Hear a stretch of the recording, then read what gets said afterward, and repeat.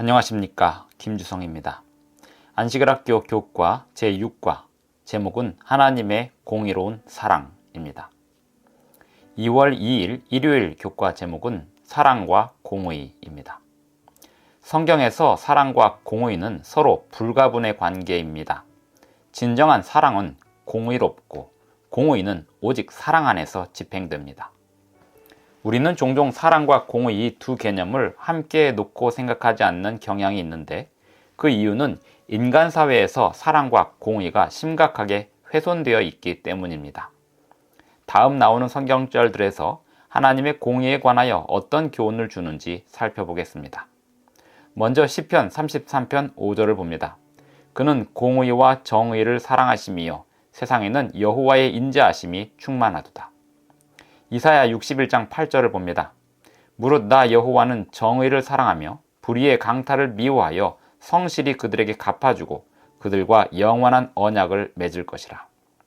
예레미야 9장 24절을 보겠습니다. 자랑하는 자는 이것으로 자랑할지니 곧 명철하여 나를 아는 것과 나 여호와는 사랑과 정의와 공의를 땅에 행하는 자인 줄 깨닫는 것이라.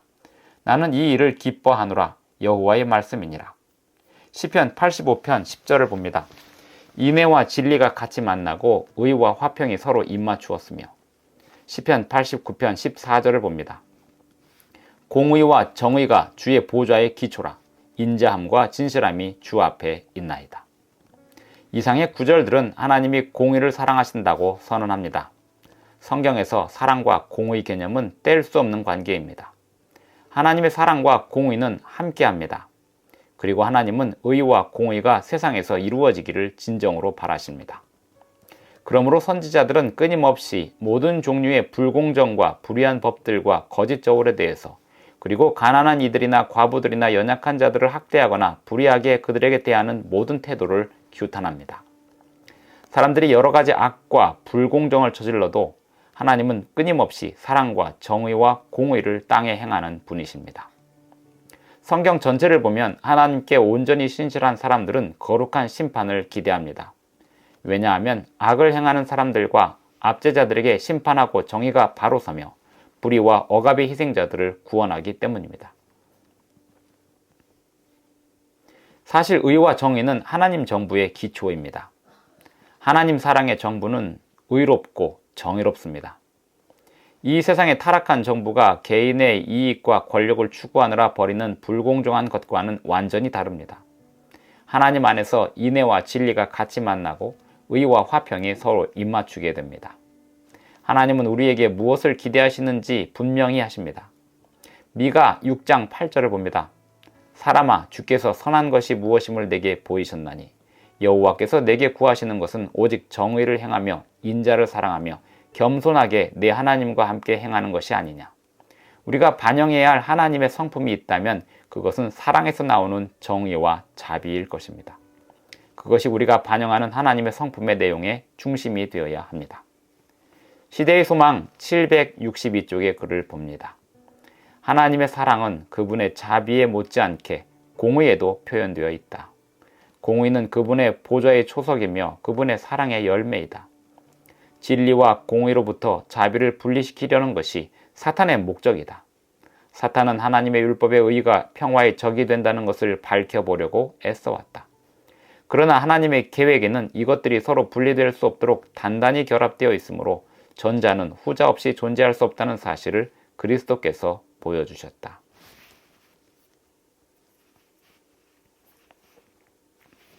(2월 3일) 월요일 교과 제목은 전적으로 선하고 의로우신 하나님입니다. 하나님은 단순히 정의를 사랑하신다고 선언하시는 게 아닙니다. 사람들을 부르셔서 사랑과 정의를 행하라고 단순히 말씀하시는 게 아닙니다. 하나님은 온전하게 변함없이 사랑과 정의를 행하시는 전형적인 예가 되십니다.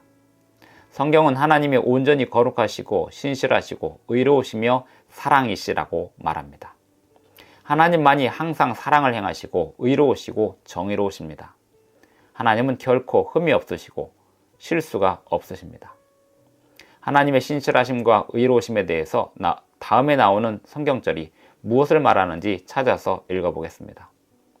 신명기 32장 4절을 봅니다. 그는 반석이시니 그가 하신 일이 완전하고 그의 모든 길이 정의롭고 진실하고 거짓이 없으신 하나님이시니 공의로우시고 바르시도다. 이어서 시편 92편 15절을 봅니다. 여호와의 정직하심과 나의 바위 되심과 그에게는 불의가 없음이 선포되리로다. 이 성경절과 다른 많은 성경절들이 하나님은 의로우시고 사랑이시라고 선언합니다. 여호와는 의로우사 불의를 행하지 아니하시고 아침마다 빠짐없이 자기의 공의를 비추시거늘 불의한 자는 수치를 알지 못한다고 하는 스바냐 3장 5절의 말씀은 불의를 사랑하는 자들과 대조되는 하나님의 성품을 주목하고 있습니다. 하나님은 모든 사람에게 최선의 도움이 무엇인지 잘 아시고 모든 사람을 위한 최선을 주기 원하시며 끊임없이 그 최선의 결과를 주시기 위해서 모든 사람을 향해 일하십니다. 시편 9편 7절로 8절을 보면서 하나님에 대해 어떤 말씀을 하는지 또 읽어보겠습니다. 여호와께서 영원히 앉으시며 심판을 위하여 보좌를 준비하셨도다. 공의로 세계를 심판하시며 정직으로 만민에게 판결을 내리시리로다. 시편 7편 11절에 보면 하나님은 의로우신 재판장이십니다. 그리고 시편 5편 4절에 보면 악이 주와 함께 머물지 못합니다. 요한일서 1장 5절을 보면 하나님은 빛이시며 그에게는 어둠이 조금도 없으십니다. 하나님만이 온전히 선하신 분이십니다. 뿐만 아니라 야고보서 1장 13절에 보면 하나님은 악에게 시험을 받지 않으십니다. 이 모든 특징 속에서 하나님의 선하심과 영광이 불가분의 관계로 연결되어 있습니다. 많은 사람들이 권력을 숭배하지만 하나님이 모든 권력의 주인이십니다. 하지만 하나님은 권능을 정의와 사랑의 방식으로만 행하십니다. 모세가 하나님께 주의 영광을 내게 보여달라고 요청했을 때 하나님께서 내가 내 모든 선한 것을 내 앞으로 지나가게 하신다고 하신 것은 결코 우연이 아닙니다. 각 시대의 대쟁투 469쪽의 글을 봅니다. 말씀과 성령을 통하여 하나님의 율법에 구현되어 있는 의의 큰 원칙이 사람에게 알려진다. 하나님의 율법은 거룩하며 의로우며 선하며 완전하신 하나님을 그대로 나타내므로 그 율법에 순종할 때 이루어지는 품성도 거룩하여진다. 그리스도는 그런 품성의 완전한 모본이다. 그분은 내가 아버지의 계명을 지켜 항상 그의 기뻐하시는 일을 행한다고 말씀하셨다. 그리스도를 따르는 사람은 그분과 같이 되어야 한다. 2월 4일 화요일 교과 제목은 변함없으신 하나님입니다. 성경 말라기 3장 6절과 야고보서 1장 17절을 보면서 하나님 품성의 어떤 점을 설명하는지 보겠습니다. 먼저 말라기 3장 6절입니다. 나 여호와는 변하지 아니하나니 그러므로 야곱의 자손들아 너희가 소멸되지 아니하느니라. 이어서 야고보서 1장 17절입니다. 온갖 좋은 은사와 온전한 선물이 다 위로부터 빛들의 아버지께로부터 내려오나니 그는 변함도 없으시고 회전하는 그림자도 없으시니라. 말라기 3장 6절을 보면 하나님께서 말씀하시기를 나 여호와는 변하지 아니하나니 라고 선언합니다. 어떤 사람들은 이 구절을 보면서 하나님께서 모든 분야에서 절대 변하지 않는 분이라고 해석하려 하지만 이 구절의 전후 문맥에서 보면 하나님의 변치 않으심은 하나님 성품의 신실하심과 변치 않으심을 확인하는 구절임을 알 수 있습니다. 다음 구절에서 보듯이 하나님께서는 사람들과의 관계에서 변화를 주실 수 있음도 나타납니다. 말라기 3장 7절을 봅니다. 만군의 여호와가 이르노라 너희 조상들의 날로부터 너희가 나의 규례를 떠나 지키지 아니하였도다. 그런즉 내게로 돌아오라 그리하면 나도 너희에게로 돌아가리라 하였더니 너희가 이르기를 우리가 어떻게 하여야 돌아가리이까 하는도다. 하나님과 피조물과의 관계에서는 변화가 있을 수 있지만 그 모든 다른 관계를 다 포함했을 때 하나님의 성품은 변치 않으십니다. 이것은 야고보서 1장 17절에서 확인한 바와 같습니다. 모든 선함과 온전한 선물이 다 하나님께로부터 오는 것이고 그 모든 선함을 내려주시는 하나님은 변함이 없으신 분이라는 것입니다. 하나님은 악의 근원이 아닙니다. 성경 전체에서 끊임없이 가르치는 것이 하나님의 성품은 변치 않으신다는 것입니다. 달리 말하면 성경은 하나님이 사실상 변치 않으시는 분이심을 가르치고 있습니다. 그러나 하나님은 실제적으로 하나님께 반응하는 피조물들과의 실제적인 관계를 맺으시고 변함없이 사랑과 정의를 행하십니다. 다음의 성경절은 하나님에 대해서 어떤 말씀을 하는지 보겠습니다. 디모데후서 2장 13절입니다. 우리는 미쁨이 없을지라도 주는 항상 미쁘시니 자기를 부인하실 수 없으시리라.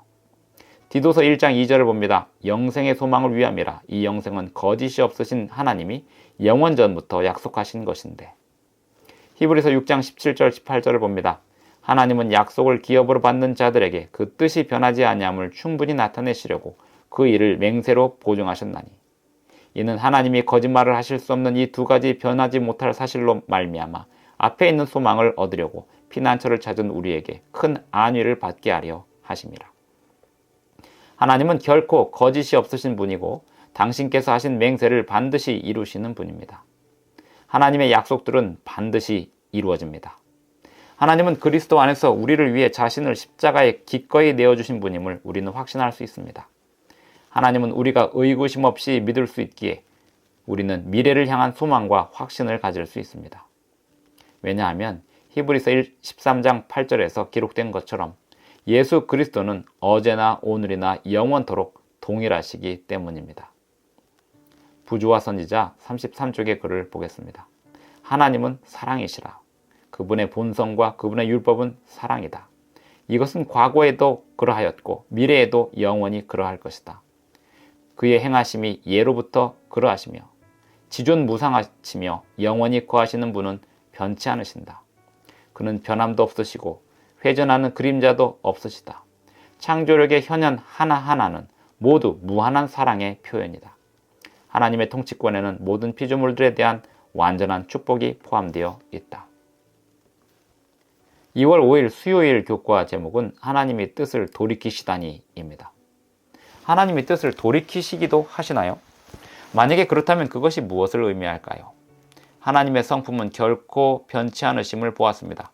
그러나 어떤 성경 본문은 하나님이 돌이키시거나 누그러지시는 듯한 표현들을 담고 있습니다. 적어도 사람에게 있어서 돌이킨다는 의미는 잘못된 길을 가던 것을 인지하고 돌아서는 의미를 가지고 있습니다. 그러면 하나님이 돌이키신다는 의미는 무엇을 의미할까요? 다음에 두 성경절을 비교해 보겠습니다. 출애굽기 32장 14절과 예레미야 18장 4절로 10절을 봅니다. 여호와께서 뜻을 돌이키사 말씀하신 화를 그 백성에게 내리지 아니하시니라. 이어서 예레미야 18장 4절로 10절을 봅니다. 진흙으로 만든 그릇이 토기장의 손에서 터지매 그가 그것으로 자기 의견에 좋은 대로 다른 그릇을 만들더라. 그때 여호와의 말씀이 내게 임하니라. 이르시되 여호와의 말씀이니라. 이스라엘 족속아 이 토기장이가 하는 것 같이 내가 능히 너희에게 행하지 못하겠느냐. 이스라엘 족속아 진흙이 토기장의 손에 있음같이 너희가 내 손에 있느니라. 내가 어느 민족이나 국가를 뽑거나 부수거나 멸하려 할 때에 만일 내가 말한 그 민족이 그의 악에서 돌이키면 내가 그에게 내리기로 생각하였던 재앙에 대하여 뜻을 돌이키겠고 내가 어느 민족이나 국가를 건설하거나 심으려 할 때에 만일 그들이 나 보기에 악한 것을 행하여 내 목소리를 청종하지 아니하면 내가 그에게 유익하게 하리라고 한 복에 대하여 뜻을 돌이키리라. 이 구절과 다른 성경 구절들에서도 보듯이 하나님은 사람들이 회개하거나 누군가 중재에 나서게 되면 그에 대한 반응으로 심판의 계획을 바꾸십니다. 하나님이 약속하시는 바는 사람들이 그들의 악을 버리고 돌아오면 계획하신 심판의 노선에서 돌이키신다는 겁니다. 사람들이 회개할 때 심판을 철회하시는 것은 성경에서 일반적인 주제입니다. 민수기 23장 19절과 사무엘상 15장 29절을 보면서 하나님께서 돌이키시거나 후회하심에 대해서 어떤 것을 말씀하고 있는지 살펴보겠습니다. 민수기 23장 19절부터 보겠습니다. 하나님은 사람이 아니시니 거짓말을 하지 않으시고 인생이 아니시니 후회가 없으시도다. 어찌 그 말씀하신 바를 행하지 않으시며 하신 말씀을 실행하지 않으시랴. 이어서 사무엘상 15장 29절을 봅니다. 이스라엘의 지존자는 거짓이나 변개함이 없으시니 그는 사람이 아니심으로 결코 변개하지 않으심이니이다 하니. 다른 성경절들과 더불어 이상의 성경절을 종합해 보면 하나님은 전혀 돌이키실 가능성이 없으시다는 의미로 쓰인 것은 아닙니다. 하지만 이 성경절들이 전하는 바는 사람들이 회개하고 후회하는 그런 맥락에서 하나님이 그렇게 후회하시고 돌이키시는 것이 아님을 말하고 있습니다. 오히려 하나님은 언제나 약속을 지키시고 그리고 반면에 사람의 회개에 반응하셔서 그 행사를 바꾸시기도 하십니다. 하나님은 언제나 그분의 선하심과 말씀에 따라서 행하십니다. 하나님은 인간이 회개할 때 심판을 돌이키시는데 좀 더 엄밀히 말하면 그렇게 하시는 이유는 하나님의 성품이 선하시고 의로우시고 사랑이 많으시고 자비하신 분이기 때문입니다. 부조와 선지자 630쪽을 읽어보겠습니다. 하나님의 후회는 인간의 후회와 같지 아니하다. 이스라엘의 지존자는 거짓이나 변개함이 없으시니 그는 사람이 아니심으로 결코 변개치 않으심이니이다. 인간의 후회는 마음의 변화를 의미하고 하나님의 후회는 환경과 관계의 변화를 의미한다. 인간은 하나님의 은총을 받을 수 있는 조건에 응함으로 하나님께 대한 관계를 변화시킬 수도 있고 또 자신의 행위로서 자신을 은총받을 수 없는 곳에 둘 수도 있다. 2월 6일 목요일 교과 제목은 사랑과 정의를 굳게 붙잡고입니다. 신명기 7장 9절을 보면서 성경이 일관되게 가르치는 바가 무엇인지 보겠습니다. 그런즉 너는 알라 오직 내 하나님 여호와는 하나님이시요 신실하신 하나님이시라. 그를 사랑하고 그의 계명을 지키는 자에게는 천대까지 그의 언약을 이행하시며 인애를 베푸시되. 하나님의 선하신 성품과 사랑은 십자가에서의 예수님을 통해 가장 잘 나타났습니다. 시편 100편 5절에 보면 여호와는 선하시니 그의 인자하심이 영원하고 그의 성실하심이 대대에 이르리로다 라고 했습니다. 하나님은 신뢰하실 만한 분이시고 그 자녀들에게 좋은 것만을 선물로 주십니다. 사실 하나님은 하나님과 적대적인 위치에 서 있는 사람들에게도 좋은 것을 제공하고 계십니다. 마태복음 5장 43절로 48절을 보면서 하나님의 놀라운 사랑에 대해서 어떻게 설명하는지 보겠습니다. 이 가르침에 따르면 우리가 다른 사람을 어떻게 대해야 하는지도 생각할 수 있습니다. 읽어보겠습니다. 또 내 이웃을 사랑하고 내 원수를 미워하라 하였다는 것을 너희가 들었으나 나는 너희에게 이르노니 너희 원수를 사랑하며 너희를 박해하는 자를 위하여 기도하라. 이같이 한즉 하늘에 계신 너희 아버지의 아들이 되리니 이는 하나님이 그 해를 악인과 선인에게 비추시며 비를 의로운 자와 불의한 자에게 내려주심이라. 너희가 너희를 사랑하는 자를 사랑하면 무슨 상이 있으리요? 세리도 이같이 아니하느냐? 또 너희가 너희 형제에게만 무난하면 남보다 더하는 것이 무엇이냐? 이방인들도 이같이 아니하느냐? 마태복음 5장에 보면 하나님의 사랑은 온전하신 사랑입니다. 불완전한 사랑은 오직 사랑해주는 대상에게만 하는 사랑입니다. 하지만 하나님은 그분을 미워하는 대상도 사랑하십니다. 그분을 향해 적대적인 위치에 서는 사람도 사랑하십니다. 하나님의 사랑은 완전하기에 흠이 없습니다. 하나님의 사랑과 자비는 모든 이성적인 기대 이상으로 넘치지만 그렇다고 해서 정의를 위반하거나 간과하는 법이 없습니다. 오히려 정의와 자비는 함께합니다. 시편 85편 10절에 보면 인애와 진리가 같이 만나고 의와 화평이 서로 입맞추었다 했습니다. 마찬가지로 성경은 우리에게도 그렇게 하도록 권고합니다. 호세아 12장 6절을 봅니다. 그런즉 너희 하나님께로 돌아와서 인애와 정의를 지키며 항상 너희 하나님을 바랄지니라. 인애와 정의를 지키며 라는 말은 굳게 붙잡으라는 말도 됩니다. 마침내 하나님께서 완전한 정의를 이루실 겁니다. 로마서 2장 5절은 말합니다. 하나님의 의로우신 심판이 나타날 것이며 마침내 구속받은 자들이 전능하신 이시여 하시는 일이 크고 놀라우시도다. 만국의 왕이시여 주의 길이 의롭고 참되시도다. 주여 누가 주의 이름을 두려워하지 아니하며 영화롭게 하지 아니하오리이까. 오직 주만 거룩하시니이다. 주의 의로우신 일이 나타났음에 만국이 와서 주께 경배하리이다 라고 노래할 겁니다. 각시대 대쟁투 541쪽의 글을 봅니다. 하나님의 정부의 원칙은 원수를 사랑하라고 하신 구주의 교훈과 완전히 일치된다. 하나님은 온 우주의 유익을 위하여 또한 당신의 심판을 받는 대상의 유익을 위하여 악인에게 벌을 내리신다.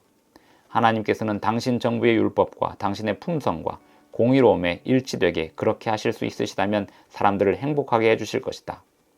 하나님은 당신의 사랑의 증거들을 사람들 주위에 두르시고 당신의 율법을 깨닫게 하시고 당신의 자비로 그들을 따라오게 하신다.